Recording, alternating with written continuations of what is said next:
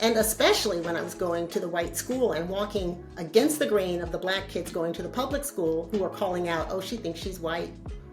You know, that was common. I hear it from mentees today that are young people. They still get, she thinks she's white because they're smart or because they, you know, make different choices in their life that don't follow the culture. So, you know, that's something that, interesting enough, persists in its own ways. But like, that's the double consciousness that's happening for all black people as I understand it, and I'm not all black people. And then the other side is that when you're raised culturally white, you default back to this cultural whiteness, and you almost have this way of looking at yourself with a negative bias. We'll discuss race and how it plays a factor, and how we didn't even talk about this topic because we were afraid. A Black Executive Perspective. We are coming to you live from our new BEP studio for another thought-provoking episode of a Black Executive Perspective podcast, a safe space we discuss all matters regarding race, culture, and those uncomfortable topics people tend to avoid. I'm your host, Tony Tidbit. So we're very excited about today's show, but before we get started, we want to remind everyone to check out our partners at Code M Magazine, whose mission is to save the black family by first saving the black man. So check them out at codemmagazine.com. That is codemmagazine.com. Let me ask you guys a question.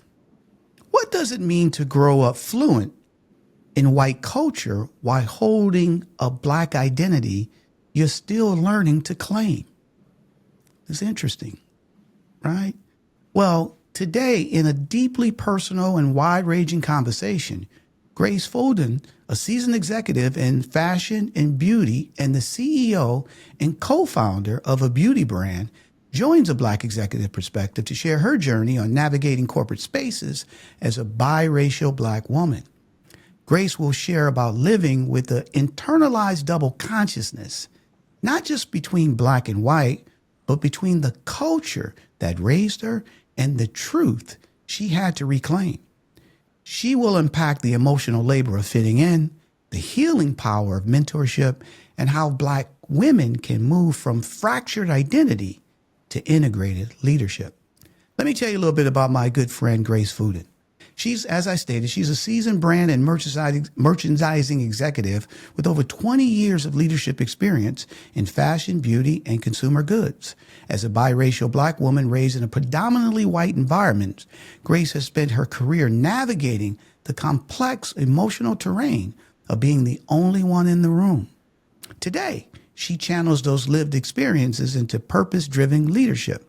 Grace mentors black women and girls through the collective identity at USC and serves as the executive mentor of WOCRA, Women of Color Retail Alliance. A sought-after speaker and writer on race, identity, and corporate culture, she is passionate about helping others lead with authenticity in spaces that often demand performance over presence. Grace, my friend, welcome to a Black Executive Perspective podcast, my sister. Tony, so nice to be here. Well, we really appreciate you coming here and being willing to be open and share your journey and talk about this topic that obviously, definitely affected you. But to be fair, there's a lot of other people around the world who have dealt with the same thing or is dealing with the same thing. So we really appreciate you coming on to share. But before we get into the heavy stuff, let's talk a little bit. Tell me a little bit about where you're currently residing and a little bit about your family. Yeah, so I'm based in Los Angeles, California. I am relatively recently married to a lovely man who has 3 children. And because of him, I now have 3 grandchildren and a 4th one on the way. So I'm part of a multiracial family from my origin, but his family is also multiracial. So it all combines into a great big soup. I love it. And, one of the things, families are so important. And, as at the end of the day, that's who we spend most of our time with, right? And so it's great to hear that, you guys have a loving culture around you and a loving family and a Brady Bunch type situation, which I love to hear, right? But let me ask you this, you, as we stated in your bio, you're very well sought out. You travel the globe. You have a thriving business. You're helping other women of color and children. So you're very busy. So why did you want to come on a Black Executive Perspective podcast, talk about this topic? I think this is a unique place that can showcase a story like mine, where I fit into the soup of what this podcast is. And I really don't know of another podcast. I've done many, but that is as specifically addressing these experiences of Black executives. Well, thank you, my sister, and we're glad you're here. So you seem like you chomping at the bit. You ready to talk about it? Sure, let's go. All right, let's talk about it. So look, let's do this, right? One of the things you struggled with was growing up between two worlds, okay? And I love to dive in first, just to go back and talk a little bit about your parents, their racial identity, and how you grew up, and talk about before you got into your corporate life. Talk about the experiences of being a biracial child in a world that makes people choose one versus the other. Yeah, happy to talk about it. My father was white and Jewish. My mother was a very dark-skinned Black woman. They met as civil rights activists in the 1940s. So this was before it was cool. Things happened, like my father was in jail on a hunger strike for one of the events that they did at a nightclub, trying to integrate it. Wow. And then in 1950, they, with a bunch of other very educated, mostly multiracial couples, started a housing co-op that they got financed. And their whole purpose was to change the perception of Black and mixed race people moving into your neighborhood. Instead of there goes the neighborhood, it was like, we're bringing the neighborhood up. So that's the context of which I was formed in. They had children late in life. They were highly educated. My father has a PhD from the University of Chicago. My mother had a master's degree. And they raised us wanting us to have the very best education. And that very best education in Chicago was at the University of Chicago's laboratory schools. They had a grammar school and high school. And so from the age of 7, I went there, and my sister started in middle school. And that was predominantly a white culture. But more than that, and what makes us exceptional, is that the Blacks that were there were very wealthy, and they lived within their own culture, and we were not raised within that culture. So we associated, both of us, more on the white side. We were more accepted there. And that was a really unusual way to grow up. So when you say the Blacks that went to that school, they were more focused within, even they were wealthy, but they were more focused within their culture. What do you mean? They were focused in a culture that was completely, in living in neighborhoods and in a culture that was completely different than the white culture, right? Mm-hmm. So this is like Johnson's kids from Johnson Publishing that, was Ebony, Ramsey Lewis's kids were there, very well-off Blacks who lived in a Black enclave, but we did not live in that enclave. Got it. So they lived with other wealthy Black people, right? Yes. And so, they were living with people like themselves. And at the end of the day, you wasn't, because you were living in a white neighborhood. Is that what I'm hearing?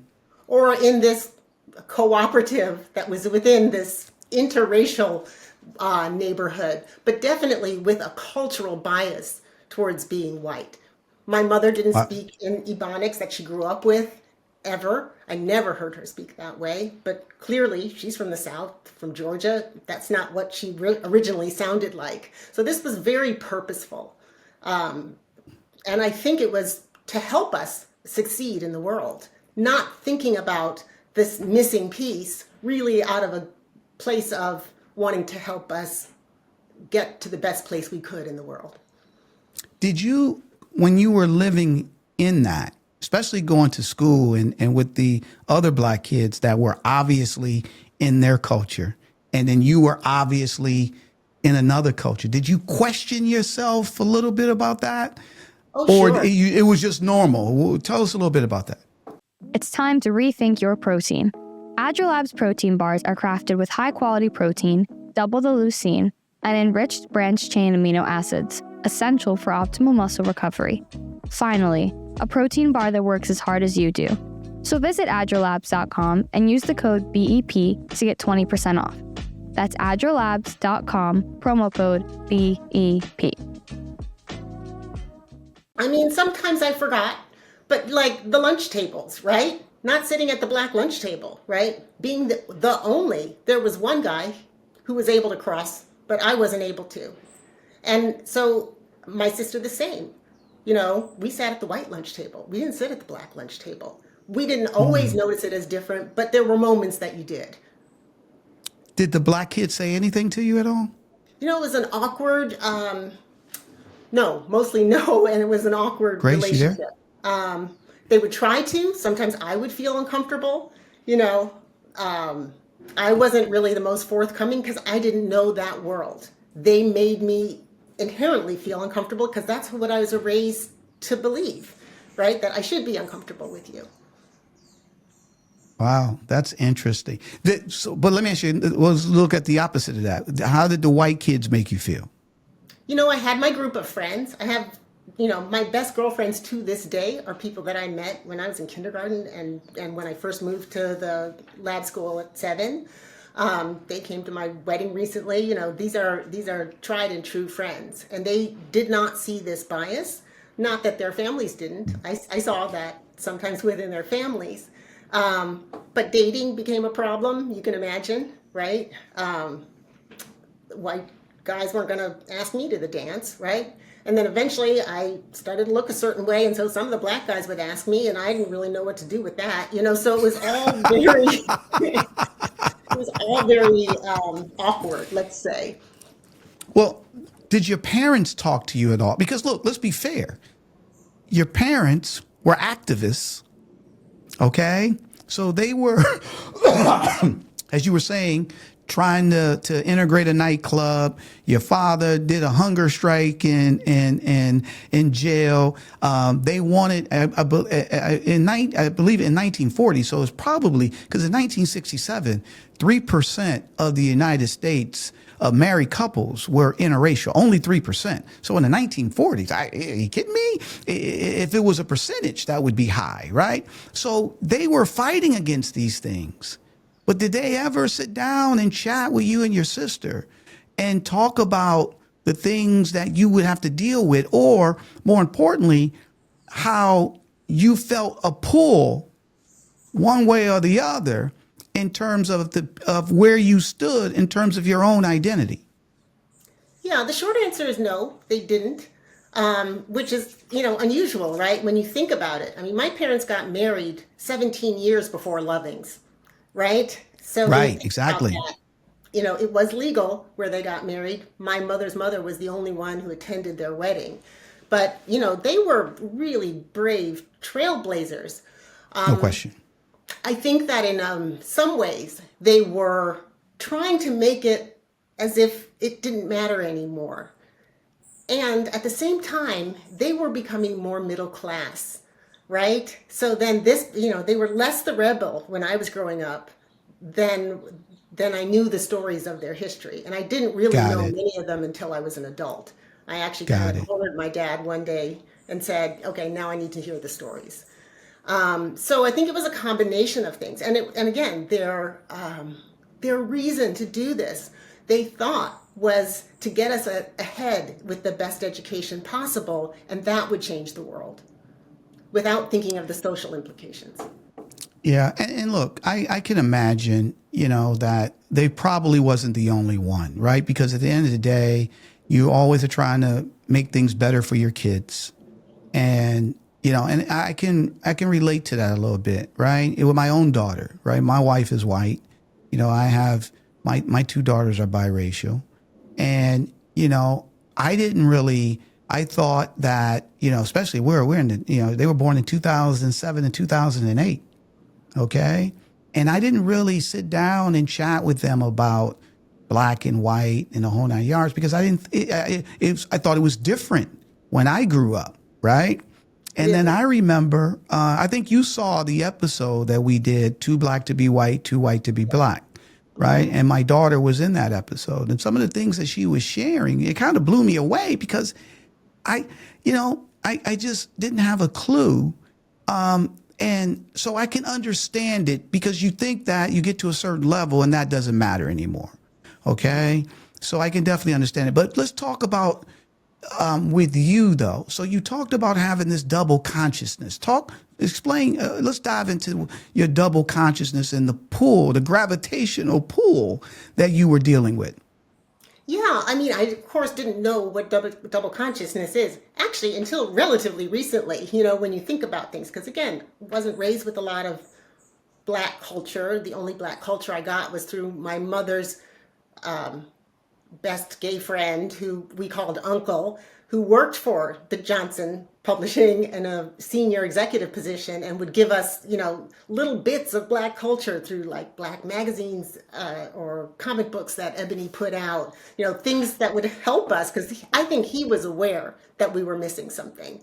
But that was the only little bit of that culture that we got.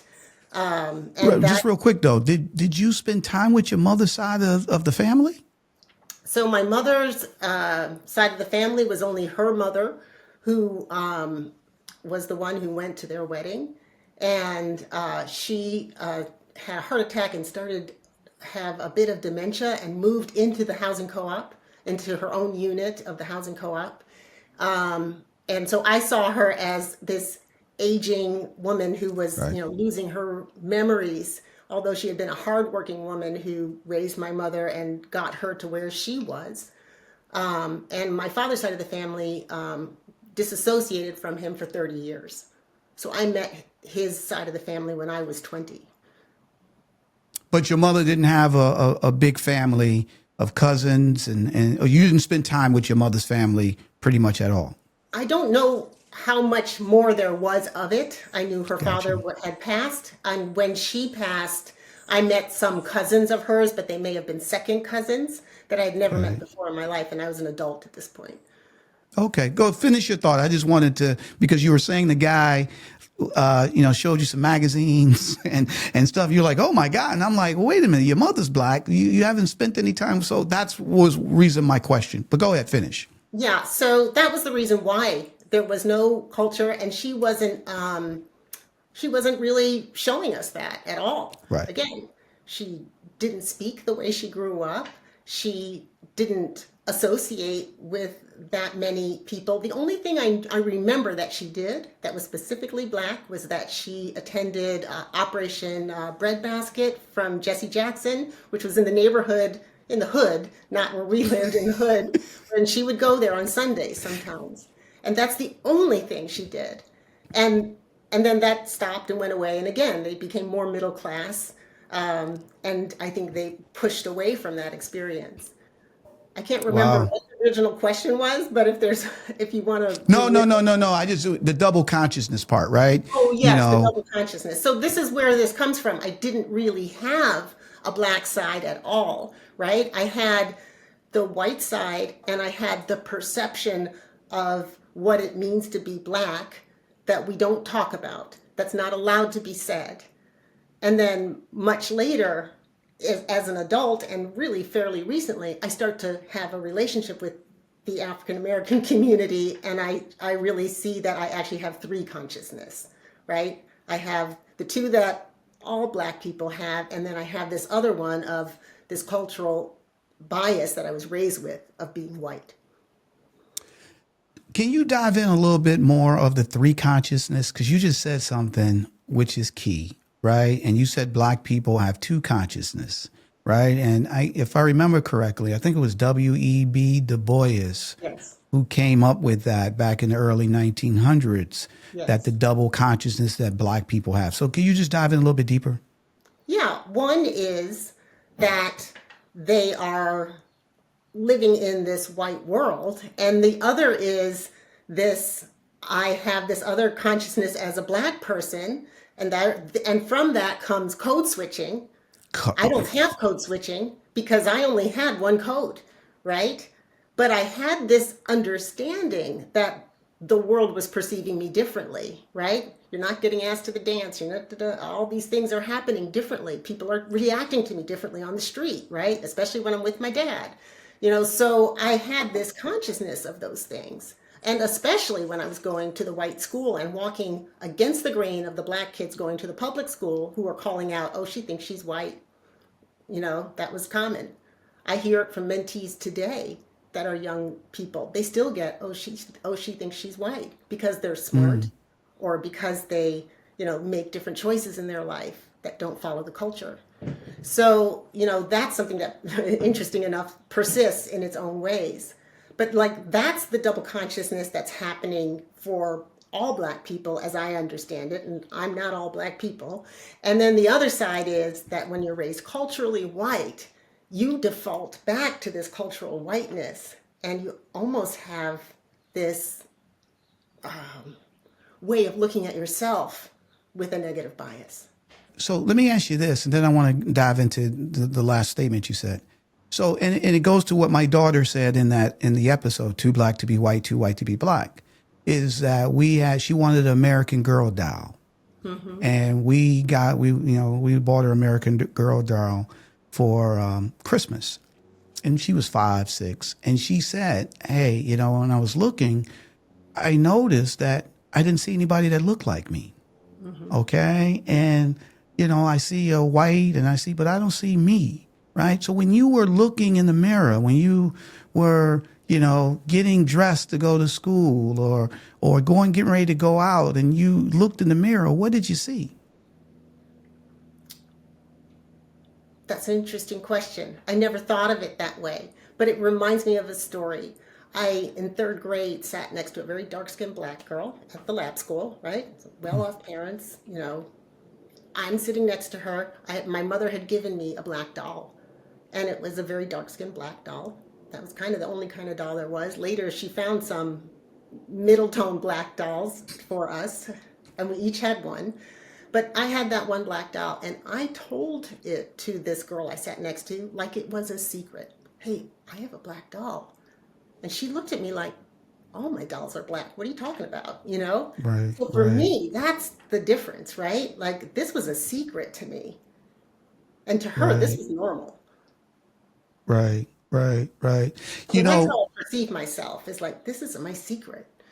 This is your secret. And that dovetails into what you said a few minutes ago too, right? Because of the consciousness that you were brought up in, that sometimes you felt ashamed of yourself.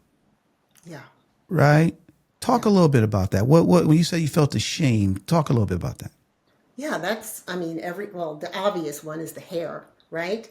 There was a science class and we measured hair length, and the point was that all men have shorter hair and all women have longer hair. And I had braids that were about down to here, and it was the 70s. And so there were some boys with some long hair, but I had the shortest hair of any girl in the class. And it was natural, but it had been braided into 2 pigtails. And I felt incredibly conscious of that I was held out as the one that was different. Wow. So you're growing up like this.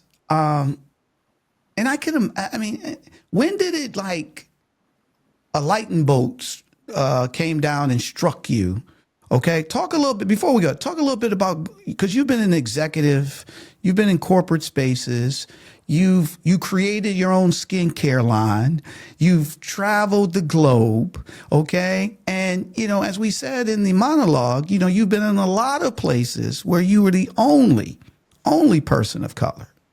Okay, so talk a little bit about that, and then I want to talk about, when were you on a donkey, on the road to Damascus, and then a lightning bolt struck, and you said, "Oh no!"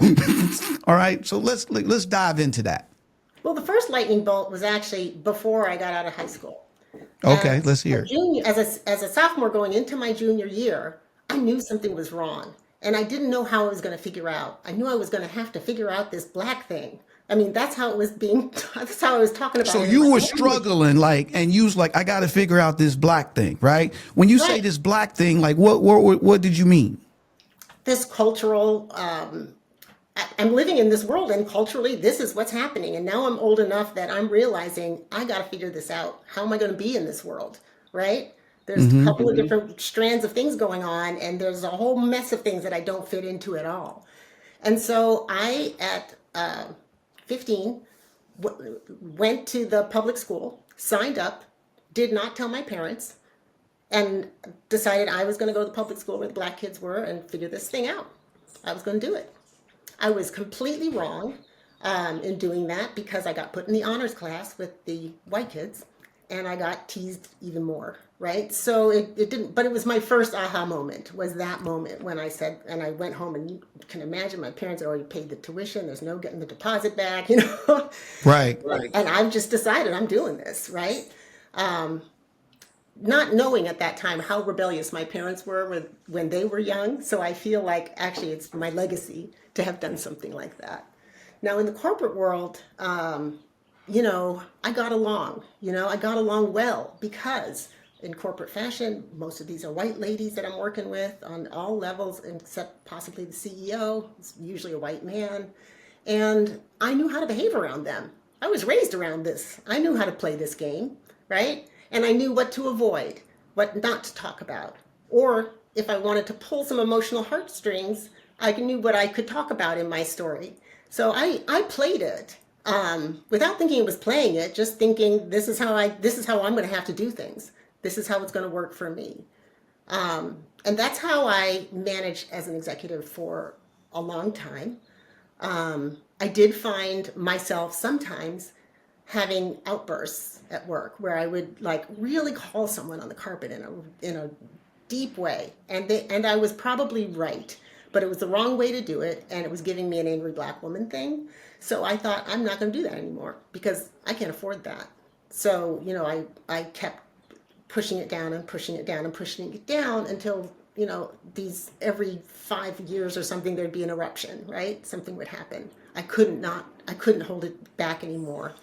I had a lot of therapy through my life. Most of them were white. I finally had a black therapist, and this is interesting. I treated her worse than any therapist I ever had in my life. I never treated her right. And I thought, wow, so that's me treating this black woman the way a white person would treat her, a little less than the other ones. So that's sort of part of my experience with that. Wow. You know, I so I'm listening to you, and I'm wondering, the question I have, and I have a bunch, but the question I have is when and again, you said, hey, when I was younger, I thought I was white, and sometimes, right? Did you hear a lot of being in a white culture, being with a lot of people, you're being the only person or a few? Did you hear derogatory things about black people white in your presence?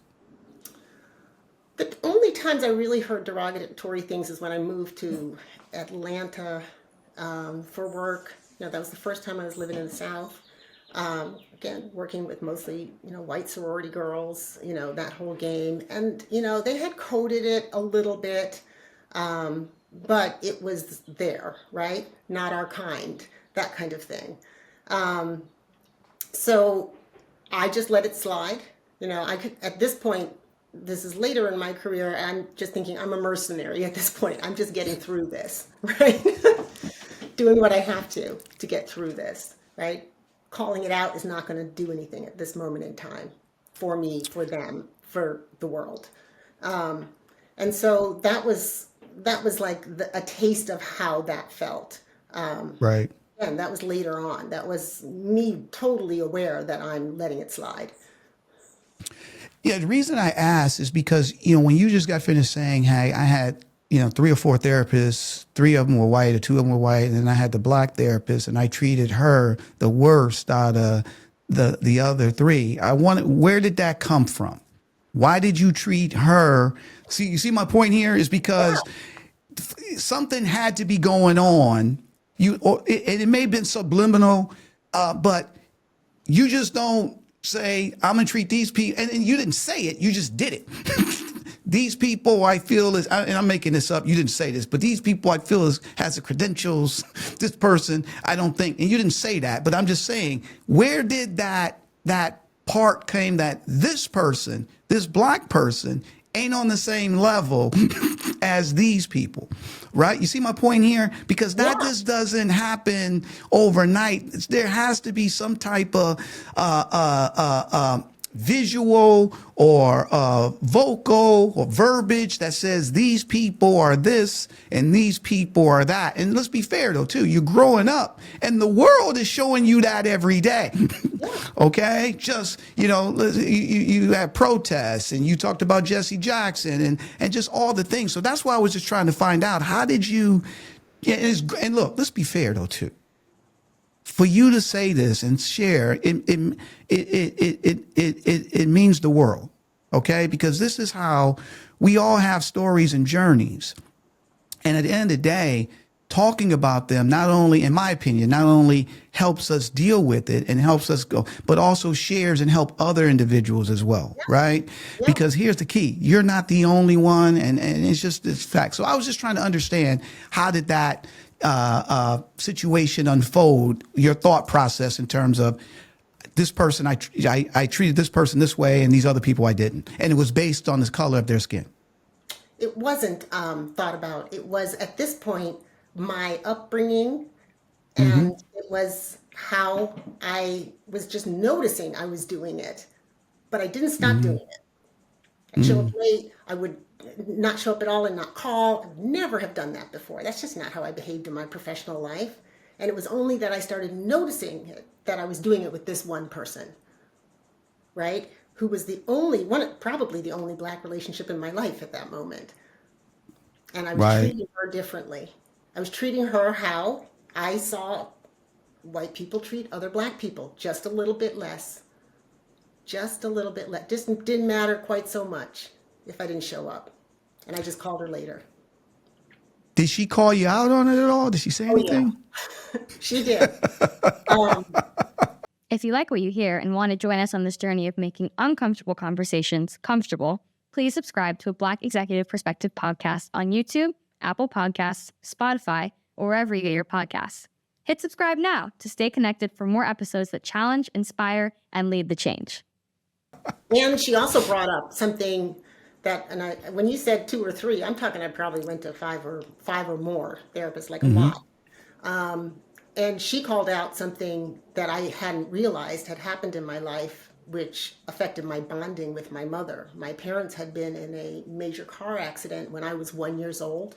No seatbelts at that time. They didn't exist. Sitting on my mother's lap. Bad car accident. My father broke his back. My sister broke her leg. And my mother was in a full body cast for a year between when I was 1 and 2. So we had some bonding issues, and she figured that out. She got that story out of me. I'd mentioned that accident, and I don't remember much, and she kept saying, you got to go and find out about what happened there. And she drilled me on it and drilled me on it and drilled me on it until I ended up talking to my father and my sister about it and find out, I hadn't been held as a child. So that was a huge unlock for me, and the connection to my mother, who also happens to be Black, right? So you kind of see how that plays into it as well. But again, with all these different therapists, she's the one who brought that out.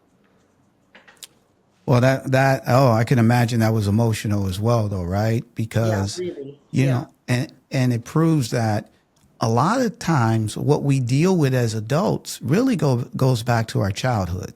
Hmm. Okay, and then we don't know, and then we have these certain habits or certain thought processes, and we think it had to do something in college or this and that, and 9 times out of 10 is back when you were a child. So I think I'm glad you shared that, because I would imagine that was a great breakthrough in terms Huge. of, I can Huge. imagine, I right? still didn't treat her right.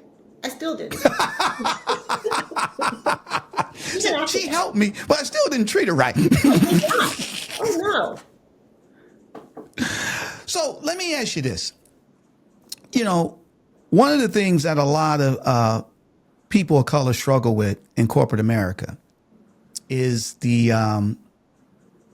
tension of trying to be themselves, and then also the performance, especially at a high leadership standpoint, right? And what do I mean by that? You know, I can go by my own experience, right? I've seen my white fellow executives make mistakes, do the wrong thing, and nothing really happens, right? And then I've seen, including myself, where you have a flawless record. They applaud you for everything that you do, and then you make one mistake, and then everything else is like forgotten about. Mhm. All right. And then now they're starting to question, well, did we make the right decision hiring him or hiring her? Or you see? So talk a little bit about that in your experience. Yeah, I performed on a very high level. I should get several Oscars. Um, because, I knew what I was doing. I knew what I could say. I knew how far I could go, right? And I pulled on their liberal heartstrings. I did all kinds of So when meddling. you say pulled on their heartstrings, like what do you mean? Give me some I mean, examples. all kinds of shenanigans, that I knew that them knowing I could tell if certain people would, by knowing my story, be affected by it and therefore see me in a different light, Got right? it. Got it. Got it. One where Okay. they would want to help promote me, or, oh, that she's So special, that So you type of, told them your biracial story, oh your yeah. father being Jewish and your mother being black, and then they gave you, not everybody, but certain people gave you sympathy, and is that what I'm hearing? Strategically, I Okay. used it very strategically, right? I knew if Okay. somebody that would be meaningful to them, and I knew when to just not even mention it at all, so it was very strategic the way I thought about Got it. it. Yeah, so I was performing full on. I mean, Meryl Streep, go away. I got it. I did this all day long, I was in a situation once where I was working with all men. I followed every sports score. I did the game, right? And then Well, I and that's also part of the also, game. Yeah, I yeah. get it. I get it. I get But it. I also knew how to, when somebody would be affected by my story, I used it. I used it to my advantage. Let me ask you this though: did you see other in your corporate life? Did you see other people of color, black people, Hispanic, Asian, be treated differently? You knew you like you said you could play the performance game, blah blah blah blah blah. But did you see them being singled out? And be fair, they had an exceptional record. They had risen and did everything. They were working twice as hard. I'm not talking about people that wasn't performing. I'm talking about the highest level. Yeah. Did you see any difference in terms of how they were treated? Yeah, no, I didn't see the difference in how they were treated. I more noticed how it affected their ability to perform at some times. One woman became the vice president of design at Gap. That's a major title, right? And she Right. was right and it was a co-position with somebody that she worked with over a number of years, and he was a white guy. And they both got let go at the same time. These regimes change, these things happen, no big deal. He picked up and his life went on. 10, 15 years later, she is still in an emotional turmoil, never got her career back on track again after that. So I saw that damage done because of how she felt about it differently than he felt about it.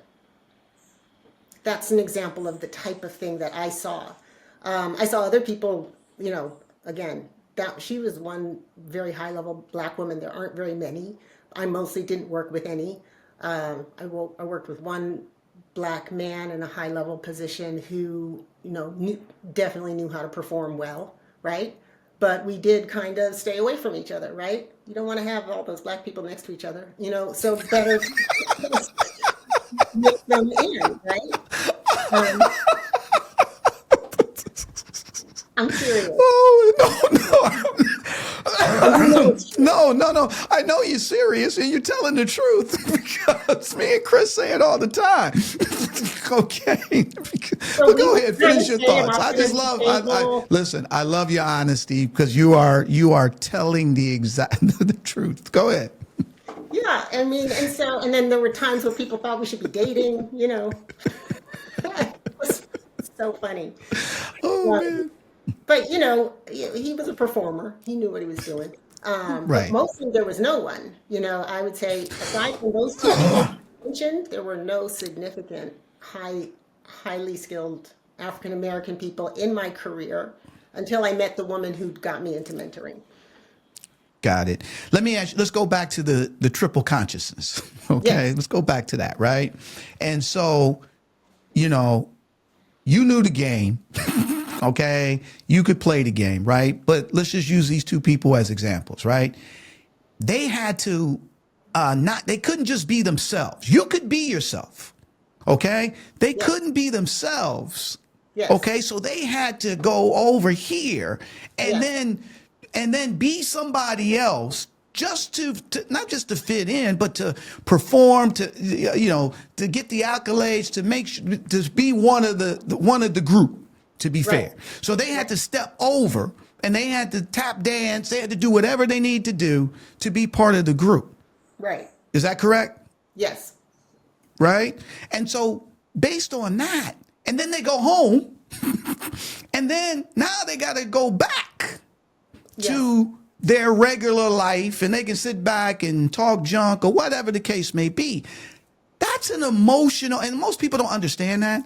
That is an emotional toll, yes, right? That you can do the job.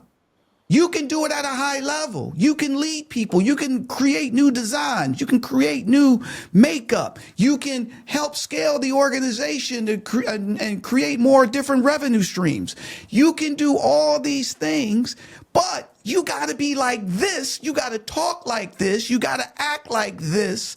Okay. So really your job in terms of everything that you can do, the talent doesn't matter as much. Would you agree with that or not? absolutely. Absolutely, it does.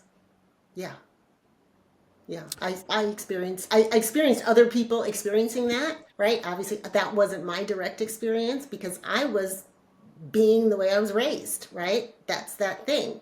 And that triple consciousness comes in where I knew what those white people were doing on a level they didn't know I knew because I was raised just like them. Wow. Wow. So let's talk about moving forward. So, what did you do to move from that fractured identity, that triple consciousness, okay, to now start, how should I say, being a little bit more into self, into who you really are as a person? Talk a little bit about that. How did you, because that's a lot of up and down. I mean, and even to be fair, you grew up, you were brought up white, right? And to be fair, you did, you had a lot to deal with. Okay, to be even fair, even brought up white, you had the black kids teasing you. You had some of the white kids. A lot of them were great, but some of them wasn't, and so you still had to jump through hoops, right? How Yes. did you finally get to, you know what? I'm okay with being me. How did you get to that level? I was at the top of my game professionally. I was completely barren inside. I was really, had lost a strong sense of myself and it was lonely. Um, and I had been divorced. My father had passed away. I went through some life experiences that begin to wake you up. But it wasn't until I was in that last corporate position, vice president at Ralph Lauren, and a black woman who was very bold to come to my office. She was below me and said, "Hey, Grace, I have a mentoring program. Will you come and help it out? It would be great." And so I thought, why not? I'm not doing anything on Saturday because my life is very alone, And even though I have all these things that everybody thinks are the things you want, I'm alone. And so I went, and I did not fit in. It was the beginning of the resurgence of natural hair again, which I had gone through that for phases, but at this point I had long blonde extensions like Beyonce, and they had every kind of natural hair you could. So I stood out like a sore thumb. So again, here I am with the black kids not wanting to associate with me, but I listened to this way she was running this program, and I started learning things. So I realized not only are these middle school kids learning something, I'm learning something, right? And I connected with one of those students who had special needs and really kind of adopted her for the rest of that 8-week course, as well as learning with her about what is melanin scientifically and all kinds. They did some great things, and we taught them about how to choose a profession and budgeting and all these different types of things. And at the end of that, I felt, even though, again, the mostly black women did not associate with me and rejected me for the long blonde hair, I somehow felt connected to something. Like this was my way in to the black community. This is something where I'm giving something, I'm getting something, and I'm connecting for the very first time. So I left, moved to California. COVID, it stopped for a while, and then it started again in a virtual way, and I joined again, still sometimes having that same feeling of not connected. And then I was talking about it with one of my white friends, because basically all my friends are white at this point, and I tell her that I'm really excited and it's starting up again. I'm talking as I'm in the nail salon, and I sit down next to a black woman in the nail salon, and she has started this program at USC called the Collective Identity. And so through that program, now I'm dealing with college age girls. Now I'm dealing with, now there's an East Coast versus West Coast black folk thing, right? West Coast black folks, much easier to make your way into if you're me. It never stops. Yeah, the levels and levels. It's just levels of levels. And I did a speaking engagement for them, and I was talking about walking to school, to the white school, and the kids saying, "Oh, she thinks she's white." One of the girls raised her hand and said, "Oh, that happened to me on the bus every single day in high school because I was in all the honors classes." Right? She has a full ride at USC. She's smarter than all of them, right? Right. But they're calling her, "Oh, she thinks she's white because she's smart." It's happening today, and that's when I realized there's a connection to where I was all those years ago and what's happening today. There's really no change in their life. Some parts of it is still there, and that further connected me in. So then I started to be able to open up and talk about it. Fashion companies and other people asked me, and beauty companies started to ask me to speak to their teams. I started writing about it on LinkedIn, and that got a lot of attention. And suddenly I was out, right? It was like a gay person coming out. Like I came out, now I'm a black person, right? Now I'm a biracial black person, and I'm telling you, I was raised in white culture. And to say all of those words is all of me. Right. I love it. And I love you, my sister. That is, that's an amazing journey. Can I ask you, just listening, can I ask you a question? You used the word connected a few times, as we've been chatting. Were you connected to your white friends, or were they just your friends? Were you emotionally connected to them? Yeah, some of them. Yeah, those Okay, ones so you from were. early days, from those very, very early days. Now, that's not to say we didn't have a big split. Again, when I changed schools, when dating started, adolescence was tough, but we actually went back and talked about it after.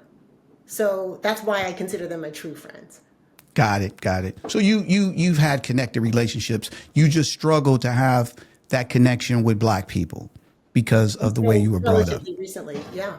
Got it. So let me ask you this. What would you tell? So look, you've my sister, you've been in a lot of corporate spaces. Like you said, you were at the top of the top levels.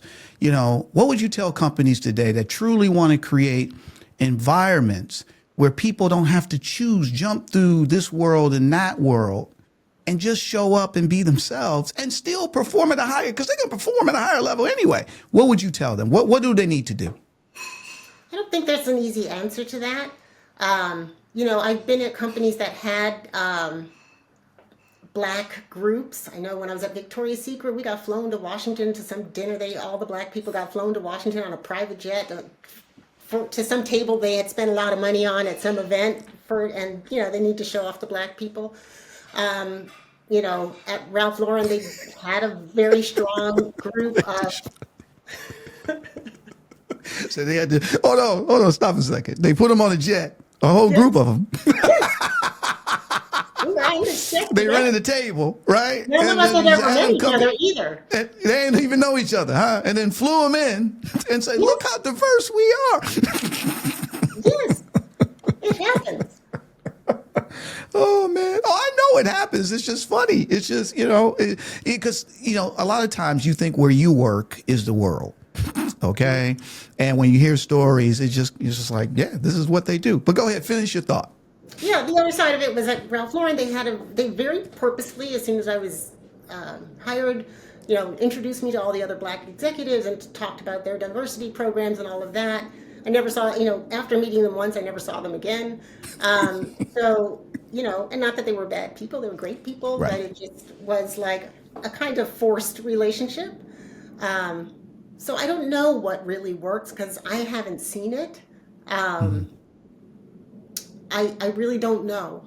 I think it's so systemically a bigger problem that there's not necessarily any one thing they can do, because I'm the girl who gives those talks sometimes to those companies, and I know that I can play on the white girl sympathy of like, oh gosh, she had a rough time, and they certain type of them want to feed into that, right? Because of their liberal guilt, I will call it. But is that doing something? No, that's just me performing again, right? So I don't know if there's an easy answer to this. I'm interested in finding out one. I'm interested in working on that. I think it needs a lot more work, and I don't think that even though this is a difficult time for any kind of diversity conversation in our country, that it's time to stop. I think, there are ways we can continue to progress and again, work within what there is.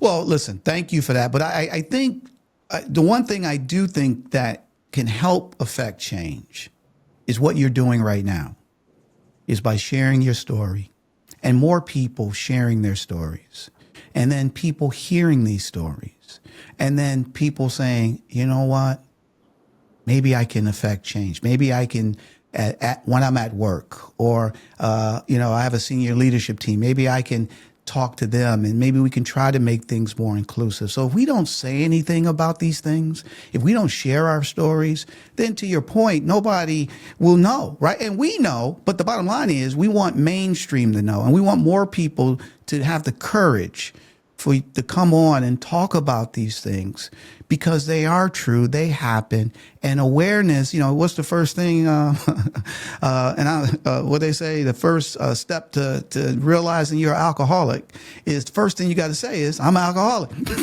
All right. So awareness is everything.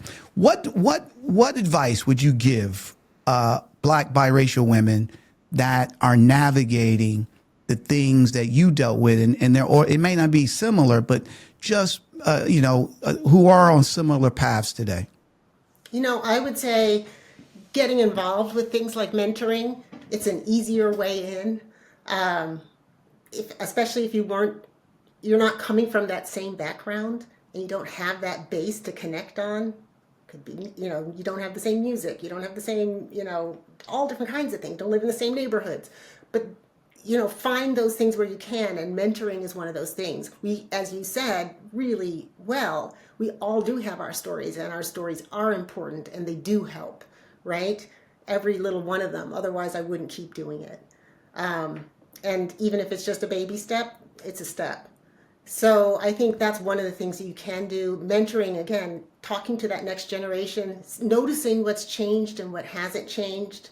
That helps me and brings me hope and joy. You know, with the middle school program in the last year, I noticed there was a definite difference in the way these middle schoolers thought about the way they looked. These black women, young black women, thought about the way they looked. At the beginning, they thought the blonde girl was the pretty girl. And by the end, they weren't saying that. They were saying that black woman with the braids was pretty. And little nuances like that matter. That means there's progress.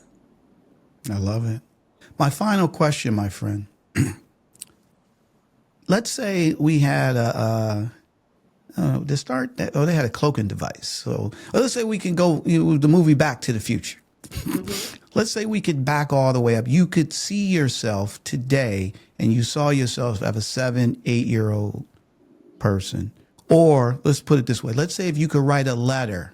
So you jettison, and now you can look back and you could write a letter to your younger self. That person was still performing. What's the one sentence you would want her to hear loud and clear? Yeah, that you I know want today? her to hear that it's okay to be your authentic self. That it's not always going to be easy to be your authentic self, but it's okay to do it, even if it's not always easy. Well, I can tell you this. I'm glad you came on today and you were your authentic self. And I love you to death for it. You have been fantastic. And thanks for sharing this. And obviously there's a lot of people that are going to watch and listen to this that's going to get a lot out of it. So let me ask you, because you gave us a lot today, I wanted to give back to you. So how can a Black Executive Perspective podcast help you, Grace? Well, I'm a part of the collective identity that's based in LA and a part of USC. They need all the help they can get to continue to help mentor these young, very bright women who happen to be Black at USC. In addition to that, I am a member and the executive mentor at the Women of Color Retail Alliance. That's WOCRA. And they are doing things across the entire industry. You know, only 2% of executives in retail are African American, and 80% of the workforce is African American. That's Wow. wildly out of proportion. And we're here to help by mentoring, among other things, level these people up so that they can get to these higher levels in the industry. So those are how the can things you people help me with. how could people join WOCRA? WOCRA has a website, WOCRA, Women of Color Retail Alliance, The Collective Identity, or TCI. You can find them both on LinkedIn. You can also find them on their websites. Awesome. We'll definitely have it on the website, and we'll have it here as well so people can see it. So again, my sister, I'm just so happy that you came on, shared your story, and we'd love to have you come back. And to be fair, we would love, WOCRA or any of your other alliances, the Collective Identity, they can be a guest, but anything that we can do for you, we're here. We're, kindred spirits now. So I want to thank you for appearing on a Black Executive Perspective podcast. Well, thank you, Tony. This forum is really unique, and I applaud you for creating it and for making it what it is, and I'm just honored to be here. Well, thank you, my sister. The honor is ours. So now I think it's time for Tony's Tidbit. And the tidbit today. The journey from survival to leadership begins the moment you stop shrinking to fit spaces never built for you. We've been taught to measure our worth by how well we adapt, how quiet we can be, how easy we can make others feel. But leadership isn't found in assimilation. It's found in authenticity. Wholeness isn't given, it's reclaimed. It's the work of gathering the pieces you were told to hide and standing fully in them. That's where your power lives, not in fitting the room, but in knowing you were meant to disappear inside of it. And you heard a lot of that from our sister, Grace Fooden, today. So again, I want to remind you, everyone, to check out Need to Know with Dr. Nasinga Burton every Thursday here on the Black Executive Perspective podcast. Dr. Burton dives into the timely and crucial topics that shape our community and world. Tune in to gain insights, deepen your understanding of the issues that matter. You do not want to miss it here on a Black Executive Perspective podcast.